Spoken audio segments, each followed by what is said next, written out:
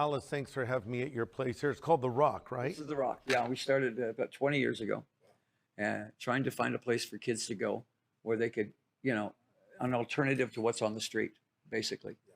And I watched a couple of 16-year-old kids do a drug deal on the corner, and I went, how does that kid not know he might be a great guitar player, or that other kid might be a drummer? And it just struck me right then. Why don't we open that? Give them that alternative to go there, And it ended up here. That's incredible, and I know you're impacting a lot of young people here, and they come in and they wonder what's the catch, but you're just doing something for your community. Well, and it's not only that, but it's all Christian. We're all Christian guys, and Lord told us to do it, so we just obeyed. That's all. So speaking of that, when I've told people, I met Alice Cooper. Alice Cooper, what's he like? I said, he's the nicest guy, down to earth, so easy to talk to. And, and they have kind of the stereotypical image of you, because, you have a persona, right? You're the guy that, well, first of all, I mentioned to a young person the other day, I'm going to talk with Alice Cooper, and they said, didn't he bite a head off a bat? I said, I think that's Ozzy Osbourne. Ozzy, yeah. I said, I do know there's a story with Alice and a chicken, though, but that's sort of maybe a little mythological, right? Back then there was no internet. So everything was word of mouth. Everything was urban legend. Yeah. And they wanted Alice to be that. More than anything, I think they were looking for a villain. Yeah. And I was more than happy to be Captain Hook to everybody's Peter Pan. Yeah. And so the villain always gets all the good lines, Sure. And so I was built not to be the hero, but the villain. But the villain also has to have a sense of humor behind it, or it doesn't work. And everything is based on how good is the music. Yeah. You cannot put the icing on the cake without the cake. Yeah.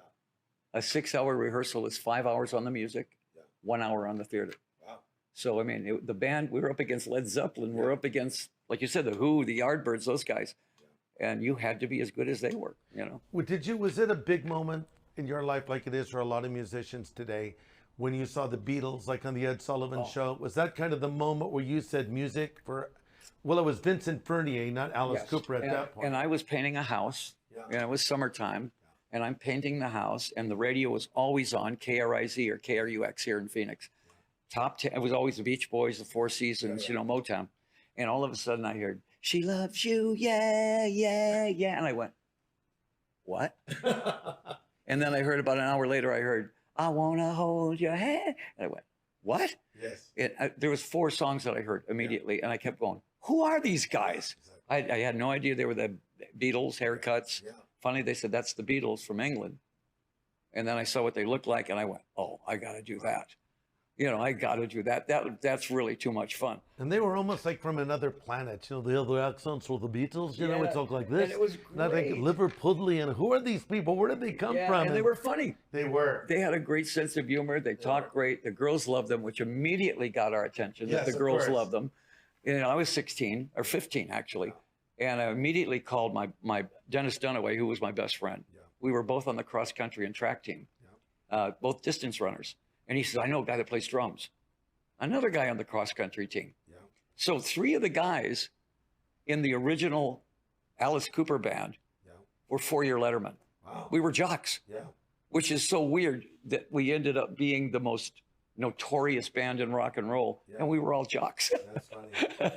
And then we found 2 of the most notorious guys at school, our guitar players. Yeah. Were both guys that got kicked out 20 times for smoking and drinking and all this. Yeah. And they were the 2 guitar players, and I went, there's our guys right there. And you started out covering a lot of Yardbird songs, right? Well, a very unappreciated band, isn't it? They're a great band. They were once you got past the Beatles and Chuck Berry, then you had Rock and Roll 101 down. Yeah. Then you started looking at the Rolling Stones. Yeah. Okay, now it's blues-based rock. Yeah. And that's pretty cool to learn, easy to learn. Yeah. And then you drifted in maybe a little deeper to the Who. Yeah. Okay, they're a little more experimental. And then the Yardbirds came along. Yeah. And we went, oh, that's it. Yeah. That's the sound right there. Did you have a favorite Yardbird song? Oh, all of them. Which Train Kept A-Rollin' was, even though it wasn't one of their songs, but Happenings 10 Years Time Ago was one of the greatest songs of all time. All of their songs. We basically did everything on the Rave Up album. Yeah. And we were the local band called the Spiders. Yeah. Played at the... Which is a very cool name. Well, we were the Spiders, yeah. And we were the Yardbirds band. Yeah. So when the Yardbirds came into Phoenix, where did they play? The club we were at. So we opened for them and did all their songs before them. Did they like that? They were over in the corner. Did they think They went. Oh, really? That's great. And then they got on stage and blew us off the stage because they were the Yardbirds. Now, think here you are, a young guy painting a house, listening to the Beatles. It's a big moment in your life, and then you went on to meet all the Beatles. You know, that was something. Was that weird to meet them in real life? You never ever thought that you would ever be even in the same building as the Beatles. And then all of a sudden you have a hit record, and now you're in the game. Well, in the 70s, you were the biggest rock act out there. Well, that happened just out of we just wouldn't give up. Yeah. We wouldn't give up. And finally, our producer came along, Bob Ezrin, who was our George Martin. Yeah. He took a bunch of good ideas, good riffs, and said, I know how to make this into 3-minute records that'll get played on the radio. And we went, right. Yeah, we're never getting played on the radio. Yeah. We had 14 top 40 hits, because of him. I watched a documentary about your career called Super Duper Alice Cooper. Yeah. And, as I watched it, I realized watching how ahead of your time you were. You've been called the godfather of shock rock. I mean, all these bands like the Motley Crues, the Marilyn Mansons, the Rob Zombies, and many others to follow. You can see you were doing that before anybody else did that. I looked at The Who and I said, this band is so amazing. Pete Townsend is the spirit of rock and roll himself. He's still, nickels are bleeding. He's 75 years old and he's killing it, And Pete Townsend, Daltrey, and then of course, Keith Moon was one of my best buddies, who was the greatest drummer I ever heard in my life. Yeah, he was unbelievable. And I said, but there's a blank canvas behind them. And I said, well, why don't we fill that canvas? In other words, if you're going to say, welcome to my nightmare, don't just say it. Give them the nightmare. Why not produce the nightmare? So you crawl out on this limb, and either you're going to be a genius or a moron. If it's a hit, you're a genius.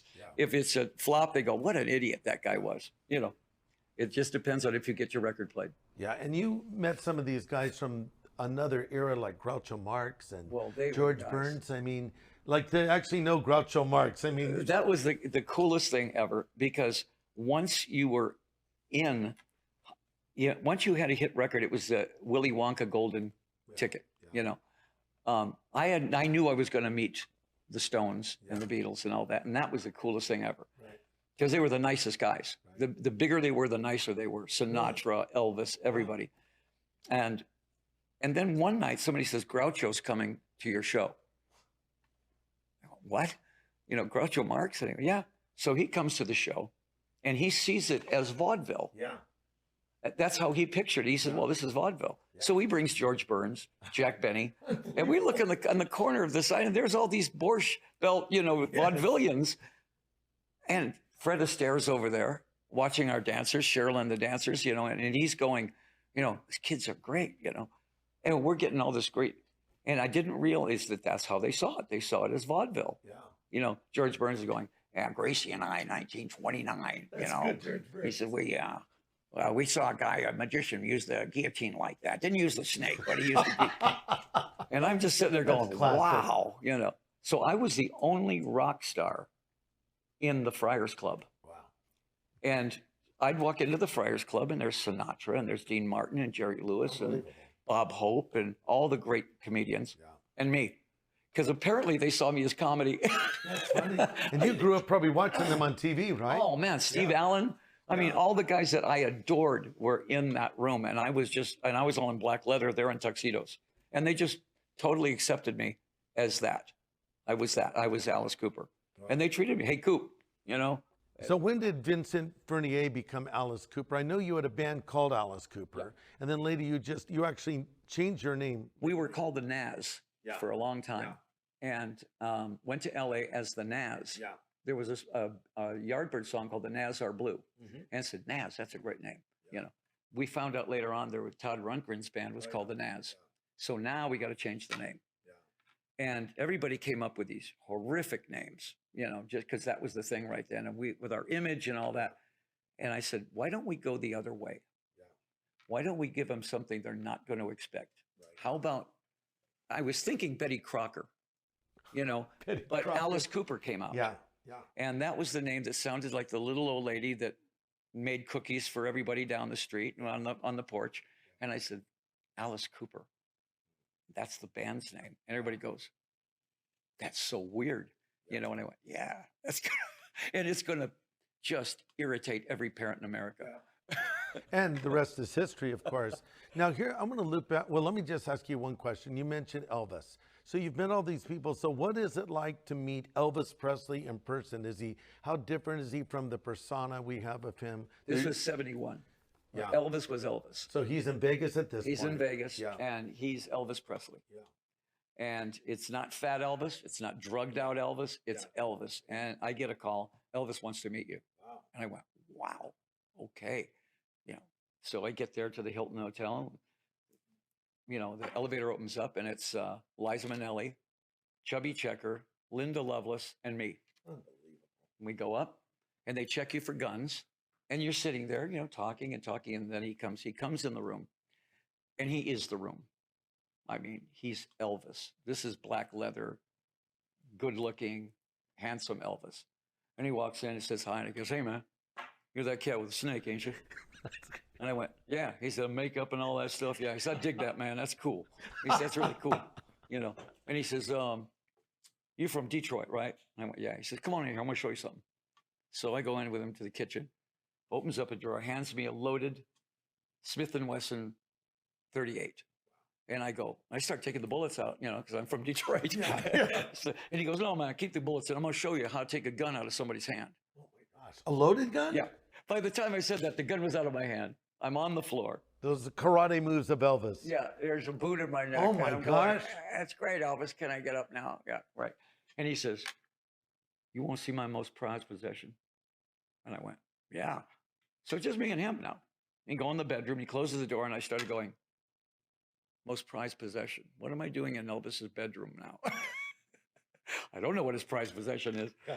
And he opens up a drawer, and he pulls out an envelope with x-rays. And he says, what happened was, I was leaving the bar the other night, you know, with my boys. He says, and there's 3 boys out there drunk, and they want to fight me. He says, and I called my boys off, and I fought all 3 of them. He says, broke the guy's collarbone right here. He says, then I swung around.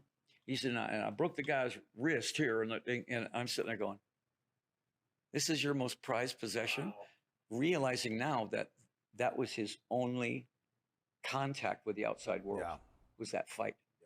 The colonel wouldn't let him go left, right, up, down. He couldn't go to a movie. He couldn't go play pool. He couldn't go to a bar, because that was his little life was in that. He could have anything he wanted in that room or Graceland, but he couldn't leave. So right then I realized, if anybody puts you in a mansion or no matter what, and gives you anything you want, you'll find a way to kill yourself, because it's not natural to be held up in a place like that. And he did. I mean, he ate himself to death. He drugged himself to death, and he died early. And that's happened to so many. Michael Jackson. Exactly. Yeah. Who ended up marrying Elvis's daughter. Yeah. But it's happened to so many rock stars. I mean, going back to the so-called 27 Club, you know, Brian Jones and... we knew all those guys. You knew these guys. Yeah. But yet your life didn't go that way. I mean, it did for a while, didn't it? Could have. And you were starting to go in that direction. You had a serious alcohol problem. And I remember hearing that you were like, you had a big rock of cocaine. And you were like bleeding out of your eyes. It was insane. Yeah, after about 2 weeks, Cheryl had gone. She'd gone to Chicago and said, I can't watch this. Right. Yeah. But the cocaine was speaking a lot louder than her. Yeah. And finally, I looked in the mirror, and it looked like my makeup, but it was blood coming down. I think I might have been hallucinating. I don't know. Flushed the rock down the toilet and went to bed for 3 days. And I woke up and I called her and I said, it's done. And she goes, right. You know, she said, you have to prove it. And that was, you know, that was the beginning of our relationship coming back. Of course, one of the deals was we start going to church. Yeah. And we started going to North Phoenix Baptist. And there was a pastor there, Jackson, who was a Hell's Fire pastor. Yeah. And there's 6,000 people, and he was talking to me. because I was a prodigal son. Yeah. Remember, I grew up in the church. My dad was a pastor. My granddad was an evangelist.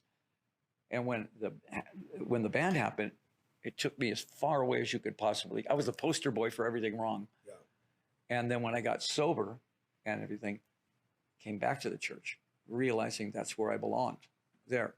So we started going to, and a lot of people say, I came to Christ because my love of Jesus. I came to Christ because of my fear of God. Wow. I totally understood that hell was not getting high with Jim Morrison. Yeah. Hell was going to be the worst place ever. In fear, I came back to the Lord. But I went to another church, and that pastor preached the love of Christ, which now you put the two together, and it was exactly right. Yes. Well, the Bible even says some saved by fear.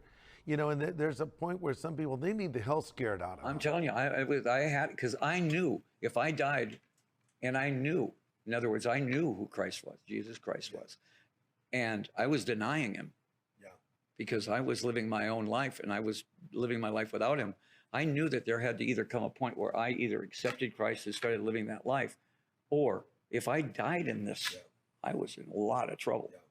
And that's what really motivated me. What does that mean when you say accepted Christ? What does it mean to accept Christ? Well, I don't think we accept Christ. I think we accept the fact that he accepted us. Yeah, sure. And I just got to a point of saying, I'm tired of this life. And I know that this is right. When people say, well, how do you know that? Put that into words. And I go, you can't put that into words. It's because God opens your eyes and he says, and it's supernatural. That's right. And you try to tell that to people and they go, well, yeah, but so is voodoo and so is this. And I go, no, you don't understand. And I could never explain it to you. But when the Lord opens your eyes and you suddenly realize who you are and who he is, it's a whole different world, and right then, I was baptized, and I went to my pastor and I said, I think I got to quit being Alice Cooper now. Mm-hmm. And he goes, really? He says, do you think God makes mistakes? And I went, no. He says, look where he put you. Yeah. He put you in the exact camp of the Philistines. Yeah. And you were basically the leader. Yeah, that's true. So now, what if you're Alice Cooper, but what if you're now following Christ? Wow. And you're a rock star, but you don't live the rock star life. Yeah. Your lifestyle is now your testimony. Wow. And that made total sense to me, So there were lyrics I changed. There were certain songs I so changed. What's the difference between 70s Alice Cooper and Alice Cooper of today? The big difference was the 70s Alice was alcohol driven. Yeah. That character was a victim. Yeah. He was carrying the load of all the teenagers out there that were disenfranchised. They were the ones that were like, nobody understands me. Okay, so Alice was them. He represented them. And on stage, you can see that, this was like, that. Yeah. When that Alice was gone, I said, now what am I going to do? And I thought, wouldn't it be fun to be like the arrogant villain? Now, in a sense of, say, Alan Rickman, who's really arrogant and condescending, but funny. Yeah. Almost John Cleese, almost, where he looks down on people. And you can see that it's funny, but it's still scary a little bit. Yeah. I said, that's how I should play Alice now. And that worked. But I found myself now, my lyrics were now aiming towards Christ. Wow. You started looking at the lyrics and you started going, wait a minute. That's pointing to Christ. And the only people that understood that were the Christian kids. Mm-hmm. One of my albums, The Last Temptation, was being sold in Christian bookstores. And my record company couldn't figure out why. Because it was all totally, it was doctrine. Yeah. It was saying, hey, the last temptation. I mean, if you want what the world has to offer you, that's all you're going to get, Yeah. There's so many young people today, we hear the names of all these people that you've known personally. We talked about Jim Morrison and the Beatles. And did you ever meet Hendrix? Oh, yeah. Hendrix is one of my best buddies. Wow. Jimi Hendrix was the first guy that ever went, here, man. Wow, really? And I went, oh, okay, like an You think idiot. he's the greatest rock guitarist of all time? The most inventive. Yeah, I'd say the most inventive. There's others like Jeff Beck, Clapton that are, They all respected Jimmy Yeah. on a whole level. no one because- sounded like Jimmy. No, he did it so differently, and they all came out to see him, and they all kind of looked at each other and went, "Wow." Yeah, he's We thought we did everything there could be done to a guitar, and look at him now. He's playing it upside down. yeah, He's playing the blues, but it's yeah, psychedelic blues, yes, and everybody loved him. But he was the nicest guy, and his death was just totally an accident. But yet these stories keep repeating themselves. You go to the 27 Club of the 60s, Yeah. then fast forward to Amy Winehouse or Kurt Cobain, most recently rock DJ Avicii. Same story. Chris Cornell. Chris Cornell Yeah. and Chester Bennington. Chester Bennington. And it's like, come on, this story keeps playing itself out. And, there's someone watching this right now. You've lived this life. You've been there. You've known these people. They've been your friends, many of them. All of them. So, what would you say to somebody that's thinking there's some kind of an answer or fulfillment in the trappings of this kind of life, or drugs, or any of that, or alcohol even? What would you say to them as to, what course they should follow? Well, there's an old saying that, trying to fill that hole that God should have with alcohol, drugs, sex, money, everything, and it never works. Most of the guys I know that listen, that actually are interested in Christianity, are the guys that hung over the edge and were that far from going down. They're the ones that go, really? Yeah. And because they know that there is no fulfillment in that. How many wives can you have that doesn't work? Yeah. How many cars do you need? How many this and this and this? And they keep going, but there must be something. It seems almost as though they try everything but Christianity. Well, because if you become a Christian, what you're saying is, I'm not God anymore. yeah. Good point. If you're saying I'm not God anymore, everybody wants to be God.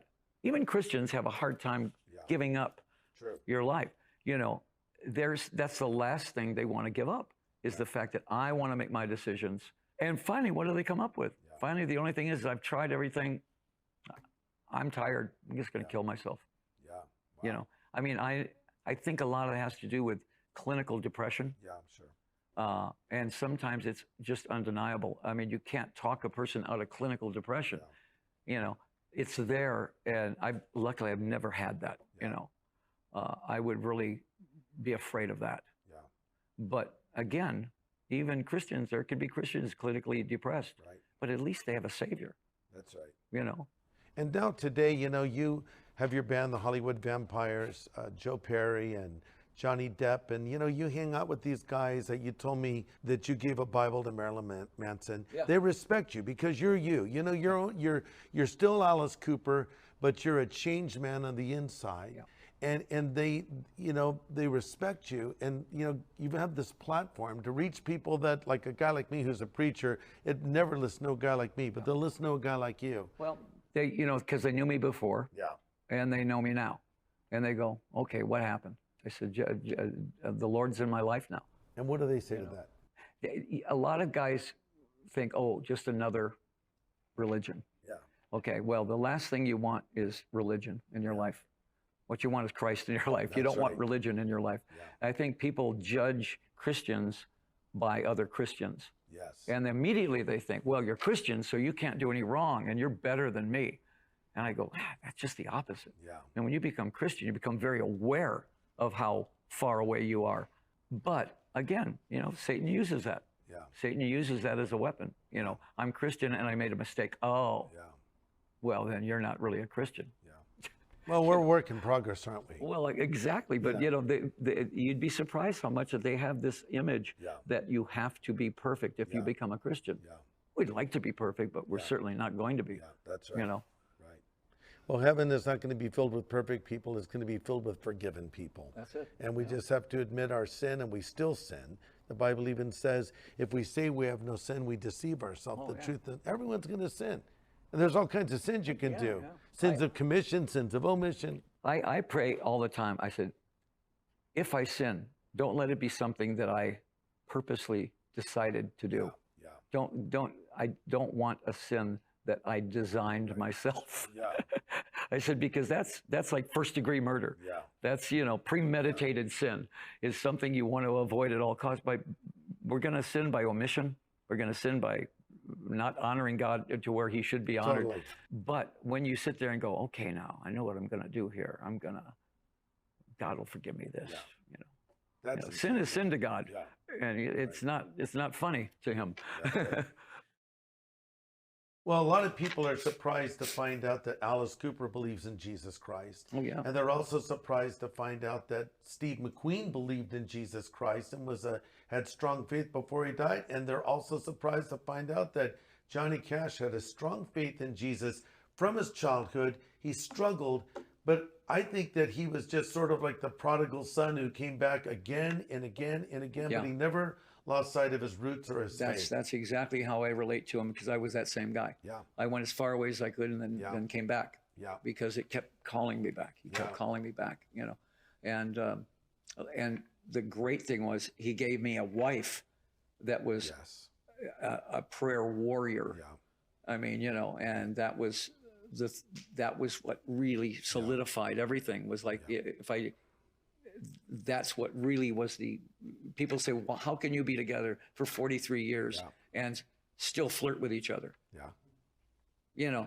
Because that's what the Lord gave us. That was our marriage, Yeah. and that's great. And just as God gave you Cheryl, the Lord gave Johnny June Carter Cash. Yeah. And she probably saved his life, literally. Oh, I'm sure. Because he kept spinning out on drugs. And, she really held his feet to the fire. First of all of us guys that are married, we're way out of our league with our wives. That's right. Yeah. Every guy I talk to, I say, how far out of your league are you with your wife? And he goes, oh, yeah, my wife is so much. Yeah. I'm in that category, too. So, Johnny Cash, an American icon, the Man in Black. Yeah. Alice Cooper, great musician, also a Man in Black, often, not always, but often. And so, what do you think of Cash, kind of looking at music in general? Where do you see him? Like, cause he is actually in the Rock and Roll Hall of Fame. Sure. He's in the Country Music Hall of Fame. Yeah. He really, when he started out, his music was called rockabilly. Yeah. Which is kind of the precursor to rock and roll. Yeah. Along with Elvis and Jerry Lee absolutely. Lewis. And then later he became more of this country icon. But toward the end of his career, he kind of reclaimed his title as just this, American original. Yeah. Because you look at kids today, they'll have tattoos of Alice Cooper, of course, Sure. but they'll also have tattoos of Johnny Cash. That's right. Why would a young kid today think Johnny Cash is cool, and why has he transcended time? There was something about him that he was like Steve McQueen. Yeah. He was like James Dean. Yeah. There was this coolness about him that everybody could respect. Yeah. No matter if you were into country music, if you were into hip hop, if you were into everything, disco, you say Johnny Cash, here we go, oh yeah. Because he was maybe more relatable than Dylan was. Yeah. Dylan was very abstract and wrote a lot of things that sounded great, and it was deep and all that, and some of it wasn't deep. Some of it was just fun, Johnny Cash had this homespun kind of Americanism to him that everybody understood. And same with Elvis, though. Yeah. Elvis, everybody loved Elvis because he was that kid from the South that learned how to play, and there was an honesty about him. Yeah. There was no sort of there was nothing shady about him. Yeah. And Johnny Cash was that icon that every single person could go, yeah, I listen to Johnny Cash. And nobody would go, Johnny Cash. Yeah. They'd go, cool. And then at the end of his career, he was doing Nine Inch Nails songs. Yes, he was. And he was doing Depeche Mode songs. Yes, in fact, you were on Your Own Personal Jesus by Depeche I did Mode. some of the high voices on that one, yeah. But I never met him because I was in a studio. He had already done his vocal. Wow. It was so fast that they called me in. They said, do you want to do this thing on Johnny Cash's album? And I said, what song? And they said, Own Personal Jesus. And I had to go listen to the song. I didn't know the song. And I said, what do you want me to do? And we got in there and they said, well, this is his vocal. And I said, well, the natural thing is to do the fifth, on the choruses. It took me 20 minutes, and I was done. I said, okay. And that was it. Unbelievable. Yeah. So I was kind of hoping that he would be there, and everything like that, but it was just in and out. But that's, in this business, you can do that now. You can sing on somebody's album without ever seeing them. You know, it used to be if I did something with Guns N' Roses, I was with them in the studio. Yeah. You know, or somebody was on your album. It was fun to have them, everybody in the studio, because you never knew what was going to happen. Yeah. You know, something good could really come out of that. Yeah. But that one was really kind of mechanical. Yeah. You know, and to be honest with you, I don't even know if it's my voice that's on there in the end. Really? You know, I think it's me. Sounds like me, but you never know. It's a great song. Yeah. I didn't know until you told me that was you vocalizing. I love that song. Yeah. I love Well, the whole... I did it and don't know if it ended up on the album. So, I mean, I never really paid any attention to it. You know, I just said, well, I know I sang with Johnny Cash, but I don't know if it ended up on the album. You know, they could always just kind of go, well, yeah, this didn't work, this didn't work. And I understand that. I've had people on my album and I go, as much as I want to use that, it just doesn't work. Yeah. You know, but there was not one person that didn't respect Johnny Cash. Yeah. He'd been in jail. He'd been but he was an all-American character. He was. And there was something extremely honest about him. Yeah. You could trust him. Yeah. Whereas other rock stars, you couldn't. Could you trust, Chuck Berry? Chuck Berry was the best lyricist of all time. Yes. I agree. He was the architect of what we call rock and roll. Yeah. But if he couldn't think of a word, he'd make one up. Yeah. Don't give me no botheration. Use botheration in a Scrabble game and see what happens. The Coolerator was filled with the Coolerator. There was something so great about Chuck Berry, but did you trust him? Nobody I know trusted Chuck Berry Right. or Jerry Lee. Yeah. Everybody trusted Johnny Cash. You know, He could be like your cool uncle. Totally. Yeah. You know what's interesting about Johnny too? A lot of artists, they start well and they don't always finish well. I mean, Elvis, he was rock and roll to many people. That's All Right, Mama. Jailhouse Rock, Blue Suede Shoes. But then he went in the army. He came out. Then there's sort of Vegas Elvis and later Elvis. But Johnny started off, as this rockabilly icon, the same place that Elvis started, Sun Studios with Sam Phillips. But at the end of his career, sort of Rick Rubin, a great producer, comes along and says, Johnny, we got to get you stripped down in a front room with your guitar and just start recording. And then Rubin's bringing songs like from Depeche Mode, Nine Inch Nails, Bono, others, Tom Petty and the Heartbreakers. Probably songs he had never heard before. Yeah. And it kind of reintroduced him to a new generation. And in many ways, he ended as strong as he started. Yeah. The other cool thing about him, he'd go to prison. Yeah, he would. And do an album for all those guys in prison. Those guys in prison went, Johnny Cash. That's right. We can trust him. Yeah. Isn't that something? I mean, a guy that can exude that much trust. Right. I think maybe Mr. Rogers is the only other guy I can Interesting contrast. Johnny Cash and Mr. Rogers. Were the two guys you could trust. Hello, neighbor. Maybe Jimmy Stewart. There were certain guys you just went, well, if that guy was president, I would trust him. Yes. True. But Johnny Cash had this down home.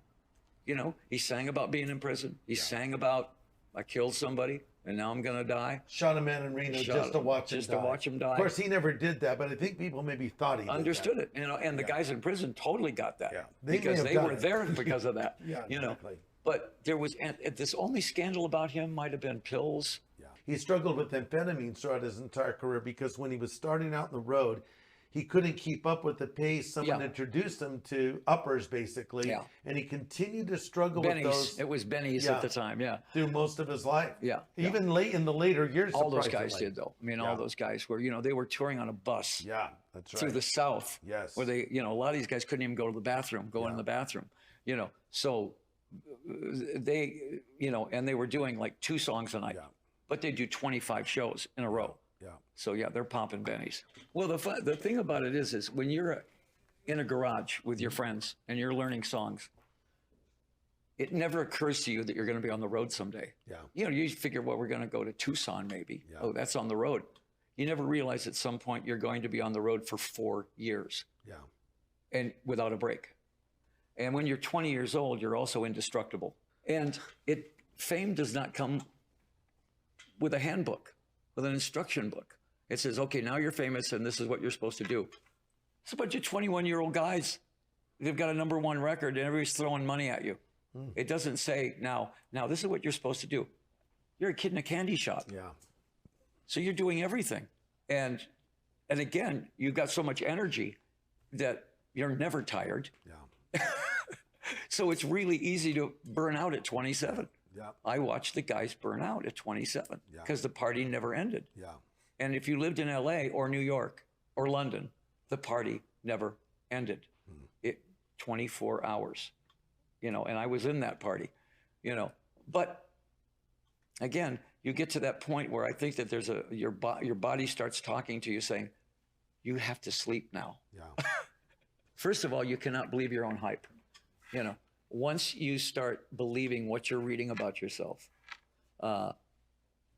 that's when guys get in trouble and they start going, hey, it says here, I'm the best songwriter. And Yeah. that's one guy's opinion. Yeah. You know, you have to take what's happening to you almost as you're in a very special place where you have a record everybody likes and they like what you do on stage. That's it. Yeah. You are, you know, you are no better than this guy. You're no better than that guy. You might tell better stories. You might be more personable, but every guy that I met that was a major star was the nicest, most personable people. Frank Sinatra was one of the nicest guys around. Wow. Peter Sellers, was just as cool as could be. Wow. Dean Martin was as cool as could be. The Beatles were the nicest guys in the world. The Stones couldn't be nicer. Elvis couldn't be cooler. And I kept going. What I'm learning from this is when you get to there, the guy that's sweeping the floor is just as important as the guy playing lead guitar. Wow. And I always treated everybody exactly like that. Never looked down on anybody, you know. And that is what keeps you going. You don't make enemies that way. Now, I know guys that are just hated in this business. Yeah. People will look at them and go, yeah, they're famous, but I just hate them. You know, and you go, wow, you've got that fame. Why not use it to be a nice guy rather than a bad guy? That's right. You know, and a lot of guys they have what's called a success complex. They will actually sabotage their own careers because they don't think they deserve it.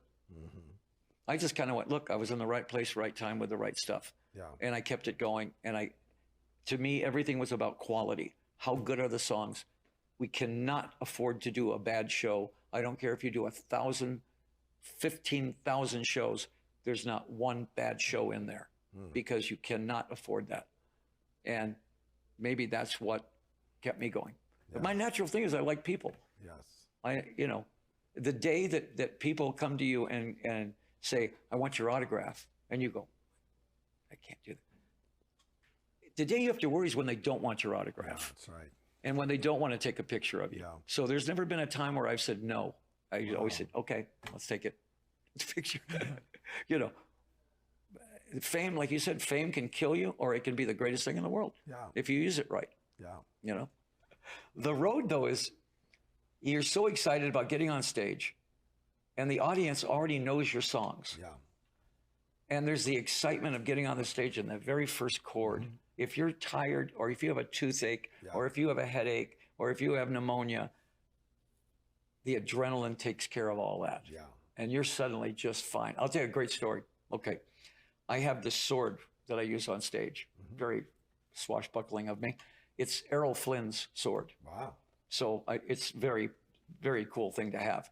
And at one point, you know, I'd stick it in the stage and walk over. So the fog and adrenaline, and I stick it, and it goes right through my leg. Oh, no. So it doesn't hurt that bad because I'm in shock. And I let go of it, and it just kind of, and it's spurting blood out. Now, the audience thinks it's a trick. The ultimate. Yeah. The band knows that it's not a trick and that I'm going, and I turn around to and they're going, there's little puddles of blood everywhere, right? No. And finally, I just take it, pull it out, stick it in this thing, and I'm fine. So as soon as the show's over, because now the adrenaline's gone. Yeah. And there's a hole there. And, you know, they said, well, we got to go get a tetanus shot. Yeah. And I'm going, well, I already put a sword through my leg. I'm not going to go get a shot. And I took a bottle of whiskey and just poured it on there. Are you kidding me? You know, because that's what James Bond would do. Yeah. Right? And I'll be all right. And I'll wrap it up. And I couldn't walk. Cheryl was, you know, I could not walk at all. Next night, the show, bang, nothing. I'm all over that stage. Really? Don't feel a thing. As soon as the cloud, Oh yeah, the adrenaline. and I've kicks in. seen her do the same Yeah. thing because she's a dancer and she'll twist her ankle Yeah. or she'll do something else. How you can't dance tonight? And she'll say, I'll find a way to do it, you know. And she gets on and dances beautifully. And I go, well, what happened? And she goes, because this audience is there, the show's there. You're not going to let them down. Yeah, you actually said something. I don't think you meant it this way. You said the adrenaline's there, but afterwards there was a hole there. Oh. And I thought, there's the adrenaline rush, but then afterwards it stops. And now the crowd's gone, and you go back to some obscure hotel room. Yeah. And do you think that's where a lot of people get into trouble because they're trying to maintain that high, that euphoria? Yeah, that's when all of a sudden, well, I better take a downer to go to sleep. Yeah. Oh, and then I better take some speed to wake up. Yeah. And now I better take a downer to balance that out. Yeah. And then and now you're on a roller coaster. Yes. I never got into that. I was very happy I never got into that. Yeah. But I knew a lot of guys that were just living on this speed and this downer and this speed and this downer. And, I said, that can't work. That teeter-totter kind of lifestyle can't work. I found that when I got sober, I had so much more fun touring. Wow. Because now I could remember what I did. Yeah. And I was never a drunk. I was on a golden buzz. I was on that sort of maybe the most operative alcoholic there ever was. I never missed a show. Yeah. Knew all my lines. If I was going to do a movie, I knew all my lines. Everything like this. The psychiatrist then when I went to the hospital, he goes, so how much do you drink when you go on stage? And I went, I never drink when I'm on stage. Huh. Well, when you're doing a movie, how much do you drink when you're, filming? And I go, I never drink when I'm doing a movie. She says, so Alice is not the alcoholic. Alice is totally straight. When he's working, he's not high. I went, yeah. He says, the monster isn't the problem. Dr. Frankenstein's the problem. Wow. He says, he's fine. When you're working, you're doing everything. He said, as soon as you get done, you go back to medicating yourself.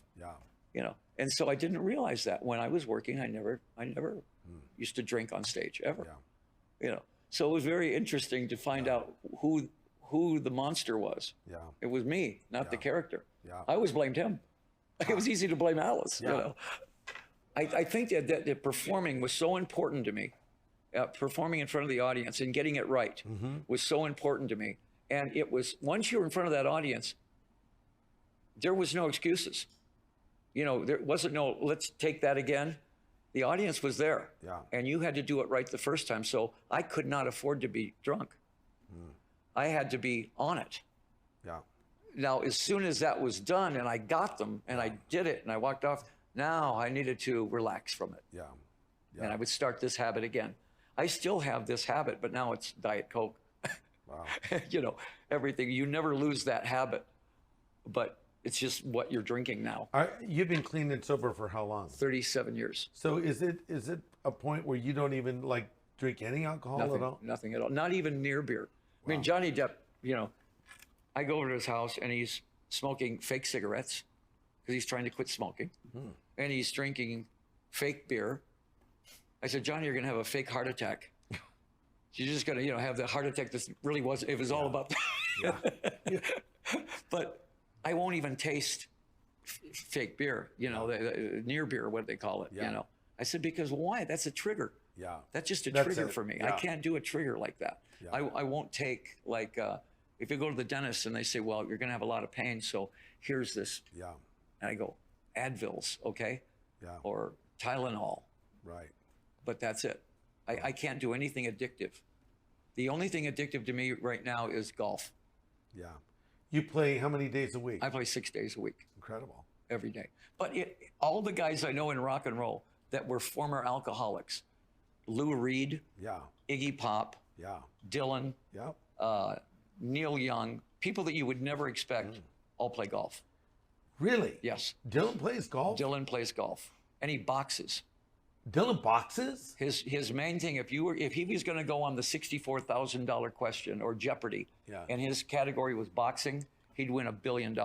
He knows everything about the game. Never knew that. No, he has his own gym. He has his own sparring partner. Bob Dylan is like, and when I talked to him, all I talked about was Roberto Duran. Wow. And, who was the best middleweight in the 80s. He seems so mystical and mysterious. No. Is he that way when you just talk to him? Robert Zimmerman, the real guy? If you say boxing, Oh, okay. you're right there with him. Wow. Isn't that weird? It is weird. That certain guys are so locked in that. Here's Lou Reed, that we used to live together at Really? the Chelsea Hotel, which was Sodom and Gomorrah, Yeah. modern day Sodom and Gomorrah. There were people there sitting in the lobby who couldn't get their key in the door because they were so heroined out. Wow. And he was one of them. And I see him years later, and he goes, Alice, how you doing? And I go, oh, hey, Lou, how you doing? He looks pretty good. Yeah. And he goes, oh, yeah. He says, hey, listen, I'm hitting the ball a little bit right. And I go, Yeah. you're playing golf? Lou Reed's playing golf. Wow. And he goes, Alice Cooper's playing golf. And I went, yeah, we wouldn't be having this conversation 25 years ago at the Chelsea Hotel. And he goes, no. Well, how is it that you could go from heroin to golf and somehow that it would change? What is it about There's that? something about you stand up in front of the ball Yeah. and you hit it, and you hit a great shot. Yeah. And it goes right down the middle, and you go, oh, yeah. That's just like taking a really great hit of Wow. whatever you're doing. You'll chase that. You'll take 5 or 6 horrible hits and bad shots to get one more like that. And you hit it, and you hit another good one. Oh, now you're back. Yeah. I said, Lord help you if you hit 20 good shots in a round, because now you're going to play every day. And it's the biggest addiction. Golf is like the crack of sports. Wow. Nobody's ever called it that. But That's a tweet for today. Yeah, that is. Golf it's is a crack of sports, Alice Cooper. But you meet guys that were addicted, and they all play golf. Oh, interesting. Yeah. I've always wanted to learn, but I've always, I think that because I'll have to be bad for so long before I would be even competent. And I have so many friends that golf. Billy Graham once told me, he said, Greg, you should learn how to golf. And I said, why? He said, because many of the people I've met that I've been able to share the gospel with, I met him golfing. He golfed with Bob Hope, with people that would become congressmen and senators and later presidents. I got to a point where I said I wouldn't vote for a president that didn't play golf. And any president that says I don't cheat at golf, Yeah. don't vote for him, because he's lying. Every president, everybody I know cheats at golf. Not when you're playing with your friends, they're not cheating. You're just playing around. In a tournament, though, you can't cheat. Yeah. Or if you're playing for money, you can't cheat. But when you're playing with your friends and you say I don't cheat, you go, come on. Who are people that you've golfed with that we would never think Alice Cooper would golf Oh, with? Groucho. Groucho Marx. was a Groucho Marx. golfer. I played he any with good? Bob Hope. Bob Hope, of course. Big golfer. In fact, He'd take his club out in the stage. That was part of his act. Him and Bing Crosby Yes. were both 5 handicappers. They were really low handicappers. Dean Martin and Jerry Lewis were both 5 handicappers. Wow. They were both really good players. And I remember one time, this was the classic story. Here's Alice Cooper with hair down to here, black leather at one of these Friars clubs. Everybody's in tuxedos, and everybody you look at is somebody that you went, oh my gosh, that's Jonathan Winters. That's, da-da-da-da, that's da-da-da. And a guy comes over and he says, hey, Bob wants to talk to you. They say, yeah, come on. And I walk over there, and there's Bob Hope, President Ford, the president of Steel, of U.S. Steel, and 4 or 5 other guys. And I walk over, and Bob says, Alice. Yeah. He says, I seem to be slashing the ball, And I said, well, you relax your right hand and let the club turn over and everything. And I have a picture of me like that, and him standing there looking at it, and the president goes, and I went, this is so weird. Because, it's incredible. Here's these guys that Alice Cooper should be somebody they wouldn't even ever talk to. Yeah. But golf was the common denominator. Oh, interesting. And that was the thing that everybody's going, oh, yeah. And I'd get a call. I got a call one time I was staying at the one of the big hotels. I can't remember, in New York City, the Plaza. Yeah. And I get a call, and it says, hi, this is Tom. He says, yeah, I'm President Ford's press agent. Hey, listen, he's got 3 hours off tomorrow. You guys want to play? Really? I said, yeah, I can play tomorrow. Great. About 5-10 minutes later, I get this call. Hey, Alice, it's Jerry.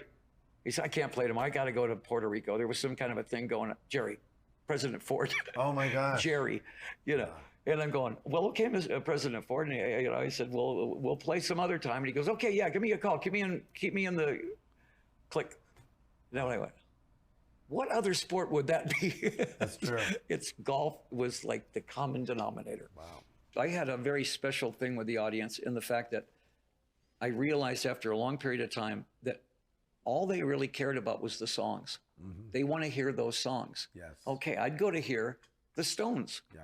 I want to hear Brown Sugar. Yeah. I want to hear The Last Time. I want to hear this, and this. On our thing was not only did they want to hear the songs, but they wanted to see the show. They would be disappointed if I didn't do the guillotine. Mm-hmm. They'd be disappointed if I didn't do the straitjacket, or if Cheryl's nurse didn't come out and become the nurse.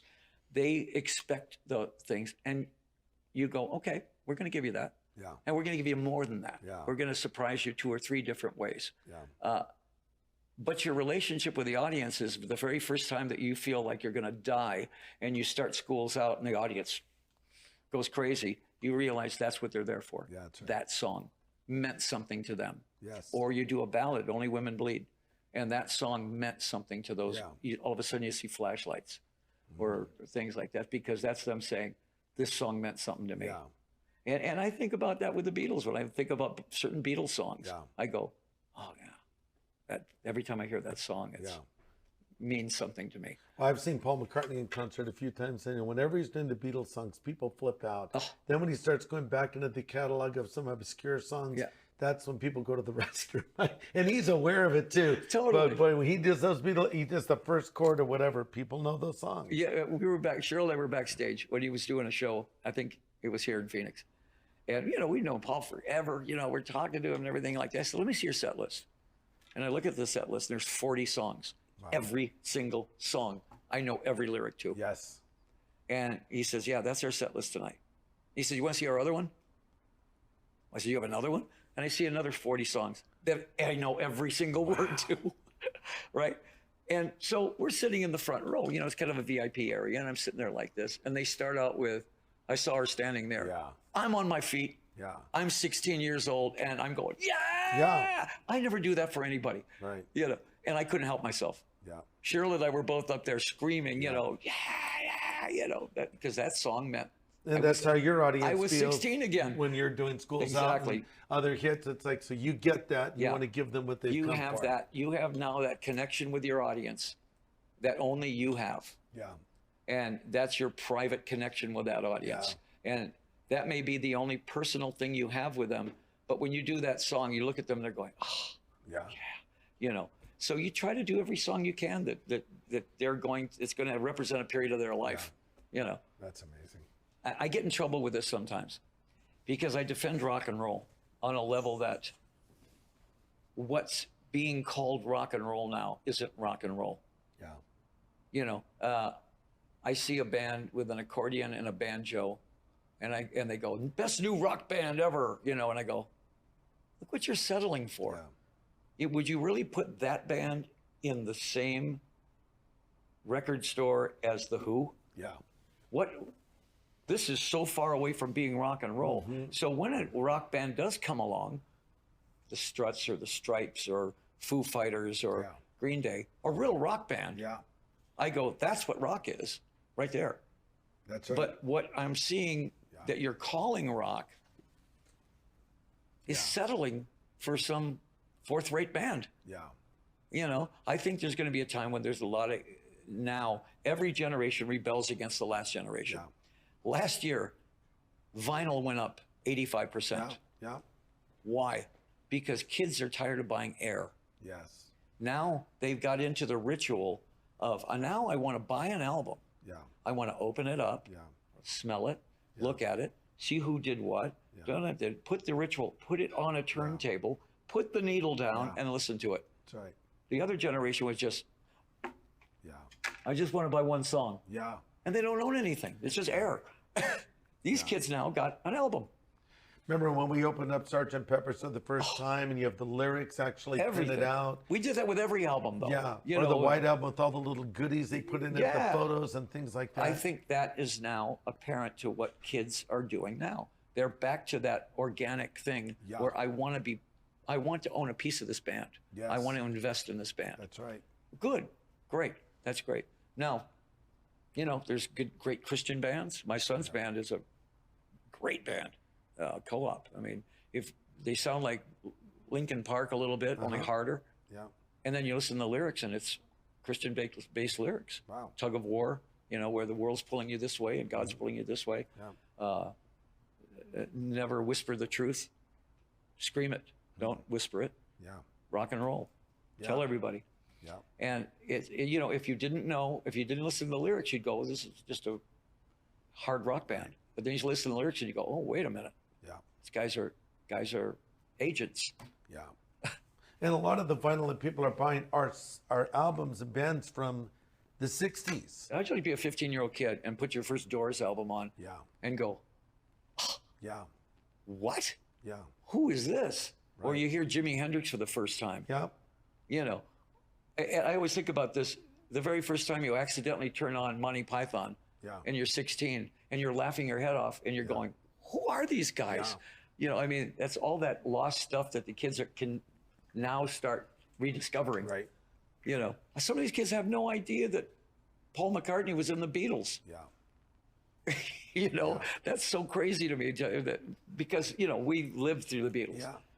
I have a friend, Eric McTaxis. I said, who's your favorite band of all time, Eric? He says, Paul McCartney and Wings. I said, wait, not Paul McCartney and the Beatles? No, Wings. I'm thinking, seriously? Yeah, because that's, you know. He's a little younger than me. I mean, I like some Wings songs, but come on, the Beatles. What is your favorite Beatles album? Oh, yeah, I have my opinion. I'll tell you mine. Revolver. And here's why Revolver. A lot of people would because say that. It was before Sgt. Pepper's, and it was not quite the old Beatles. That was transitional. Eleanor Rigby, you know, kind of a Taxman. Certain songs you can see where they're going, but it just kind of was like a moment in time. And of course, Rubber Soul in the heels of it. George Harrison once said you could have released them as a 2-album set. You know, Revolver and everyone says Sgt. Pepper's, but I think Revolver. If you eliminate Sgt. Pepper, I would say Meet the Beatles. Yeah, of course. Because that was the one that made you just go, wow. Yeah. You know, and then the White Album. Yeah, it was amazing. They just remastered it, released it. The White Album there's so many great things going on that album. You know, and it was too bad because it was at a point when they were not getting along. Yeah. But they were writing these great songs. Yeah. As My Guitar Gently Weeps, one of the great solos of all time. And it wasn't George Harrison, it was Eric Clapton. Yeah, that's right. You know, I just rediscovered Glass Onion. That's a cool song. Everything on that cool album. Song. You know, you listen to Blackbird. Yeah. And you go, this is a piece of art. It is, absolutely. You know, songwriting is, I realized this a long time ago, that I'm sitting there with Pink Floyd in our house because they lived with us for a while. We lived together. And who are we listening to? We're listening to Burt Bacharach. Really? And we're sitting there going, wow, that's really good what he did right there. Yeah. We were talking about the construction of the song, how that verse went right into the B section effortlessly. And then it went right to the chorus. Yeah. And then what did he do? He added a little something else, and then he went back to the B section. And we're all sitting there, because we're all songwriters, going, that's so simple. And then you realize, why were the Beatles so good? They were so simple. Yeah. Nothing got in the way of the lyric. Nothing got in the way of the vocal. Yeah. The Beatles would not have been as good as they were without Ringo. Yeah. Ringo was a pocket drummer. Absolutely. And he just stayed back there and kept it going. Songwriting was everything. So I would listen to Laura Nero, and I'd go, wow, this girl writes amazing. Once you get a lyric and a chord structure and you marry them together and it works, you can't explain why it works. You just sit there and you go, everybody in the room, my producer and I, will play it, and then we'll all look at each other at the same time and go, oh, that worked. I used to do a funny thing. I had 2 daughters and my wife, and we'd write ballads. We wrote like 4 big ballads: Only Women Bleed, You and Me, I Never Cry, How You Gonna See Me Now, like that. They were all big hits. And I found that I would play them for my wife and my daughters. And there's that one moment where that chord hits that lyric, and it's the heartbreak moment. Wow. And if I heard this, oh, I went, hit. It's a hit. Wow. I'd play it for Cheryl, you know, and she'd be listening, and, you know, and the girls would be listening, and they go like this, and they go, oh. And I'd look at my producer. We just broke her heart. And that's what made it work. Wow. You know, Eleanor Rigby. Yes. You know, Which you so- recorded. Yeah, which I don't know why he chose me for that song, but he did. And it was, I you loved know, your interpretation. well, just of the it. fact that they let me sing it, you know. I figured I was going to do Helter Skelter or something. Exactly. But he said, you know, Eleanor Rigby. And I went, what? Yeah. You know, okay.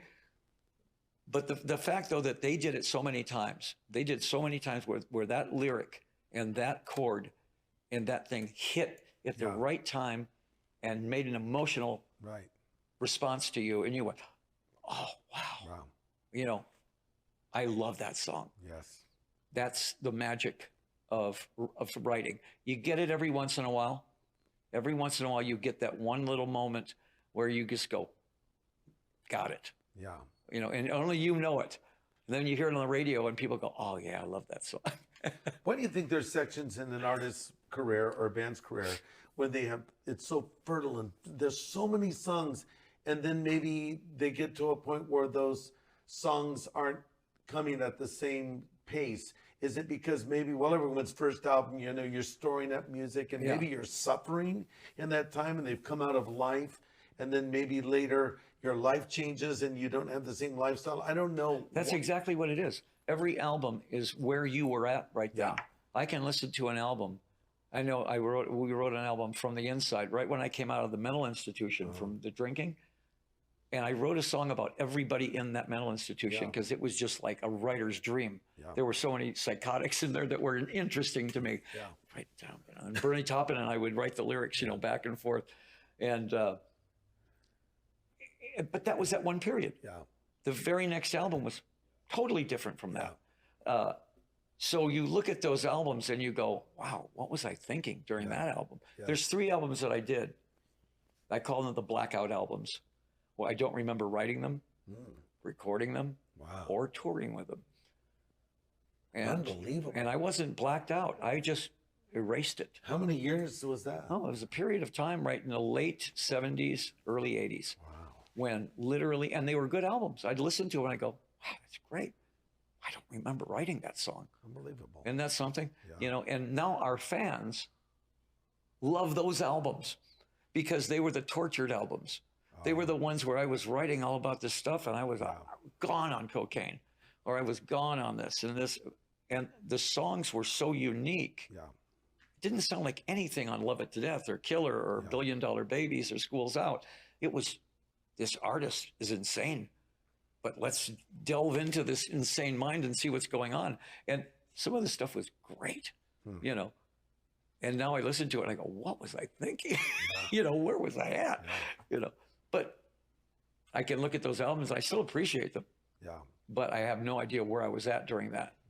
You know, Welcome to My Nightmare was something that I loved. I was so immersed in that album because it was so thick and rich and full of stuff. But I wasn't in trouble then mentally. You know.